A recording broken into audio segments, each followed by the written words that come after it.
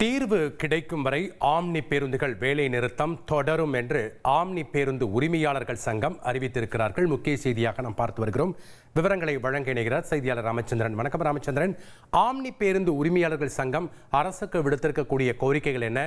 இந்த வேலை நிறுத்தம் எப்போ முடிவுக்கு வர வாய்ப்பு இருக்கிறது? விவரங்களை பதிவு பண்ணுங்க. வணக்கம் ஜபாசின்.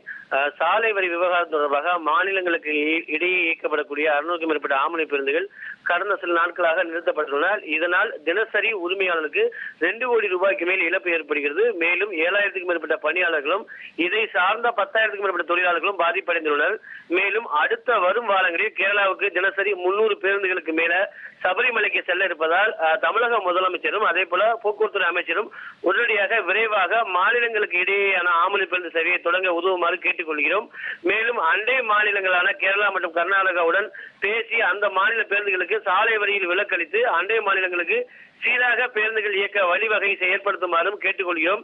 மேலும் சுமூகமான தீர்வு எட்டும் வரை வெளி மாநிலங்களுக்கு 500க்கும் மேற்பட்ட ஆம்னி பேருந்துகள் இயக்கப்படாது என்பதை மிகுந்த வருத்தத்துடன் தெரிவித்துக் கொள்கிறேன் எனவும் அனைத்து ஆம்னி பேருந்து உரிமையாளர் சங்கத்தின் சார்பாக அறிக்கையின் வாயிலாக வலியுறுத்தியுள்ளனர்.